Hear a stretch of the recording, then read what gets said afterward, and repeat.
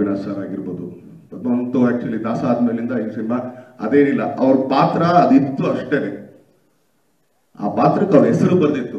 ಇದಕ್ಕೆಲ್ಲ ನಾವು ಏನಂತೀವಿ ಅಂದ್ರೆ ನಿಮಿತ್ತ ಸುಮ್ಮನೆ ಆಗ್ಬೋದು ಅಷ್ಟೇ, ಇವ್ರು ಹೇಳ್ಬೋದು ಅವ್ರು ದಾನೆ ದಾನೆ ಪೇಲಿ ಕಾನೆ ವಾಲೆಗೆ ನಾಮ ಅನ್ನಂಗೆ ಆ ಪಾತ್ರಕ್ಕೆ ಇವ್ರುಗಳು ಮಾಡಿದ್ರೇನೆ ಚಂದ ಅಂತ ಇದೆ.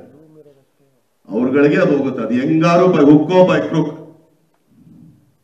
ನಾನು ತುಂಬಾ ನೋಡಿದ್ದೀನಿ ಲೈಫಲ್ಲಿ. ಯಾರೋ ಯಾವಾಗಲೂ ಯಾವಾಗೋ ಮಾಡ್ತೀನಿ ಅನ್ನೋ ಸಬ್ಜೆಕ್ಟ್ಗಳು ಎಲ್ಲೋ ಸುತ್ತಿ ಬೆಳೆಸಿ 2-3 ವರ್ಷ ಆದ್ಮೇಲೆ ನಮ್ಮ ಹತ್ರ ಬಂದಿರೋದು. ಸೊ ಆ ಥರ ಇಲ್ಲೆಲ್ಲ ನಿಮಿತ್ತಮ್ಮ ಯಾರು ಹೇಳಂಗಿಲ್ಲ. ಆ ಪಾತ್ರಕ್ಕೆ ನಿಮ್ಮ ಹೆಸರಿತ್ತು ನೀವು ಬಂದು ಅಷ್ಟೇ, ಏನಿಲ್ಲ ಅದರಲ್ಲಿ. ಸೊ ಆ ಥರ. ಆದರೆ ಪ್ರತಿ ಸಿನಿಮಾದಲ್ಲೂ ನನಗೊಂದು ಇದು ನಡೀತಾ ಇರುತ್ತೆ. ಈಗ ಕುರುಕ್ಷೇತ್ರ ಮಾಡ್ಬೇಕಾದ್ರೆ ಆ ಶಕುನಿ ಕರೆ ಅಂದ್ರೆ ಒಂದು ಒಳಗಡೆ ಒಬ್ಬ ಎಲ್ಲೋ ಒಂದು ಸಣ್ಣ ಕಲಾವಿದ, ಅಯ್ಯೋ ಇದು ನನಗೆ ಸಿಕ್ಕಿದ್ರೆ ಅನ್ಕೊಂಡು ಎಲ್ಲಿ ಕಚ್ಕೊಂಡು ಮಾತಾಡ್ತೀವಿ ಗೊತ್ತಾ ಆ ಥರ. ಅದಾದ್ಮೇಲೆ ರಾಬರ್ಟ್ ಅಲ್ಲಿ ನಮ್ಮ ಶಿವರಾಜ್ ಕೇರ್ಪೇಡ್ ಅವ್ರು ಮಾಡಿದ್ರು ಆ ಬಾಬಿ ಕ್ಯಾರೆಕ್ಟರ್. ಅಂದ್ರೆ ಒಬ್ಬ ಕಲಾವಿದಂಗೆ ಅನ್ಸೋದು, ಇದು ಪಾತ್ರ ನನಗೆ ಸಿಕ್ಕಿದ್ರೆ ಆಟ ಆಡ್ಬೋದಾಗಿತ್ತು ನಾನು.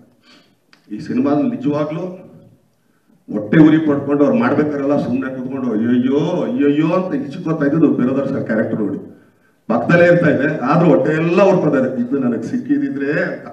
ಯಾಕಂದ್ರೆ ಅಷ್ಟು ಒಳ್ಳೆ ಪಾತ್ರ. ಹೇಳ್ತಾ ಹೋದ್ರೆ ತುಂಬಾನೇ ಇದೆ.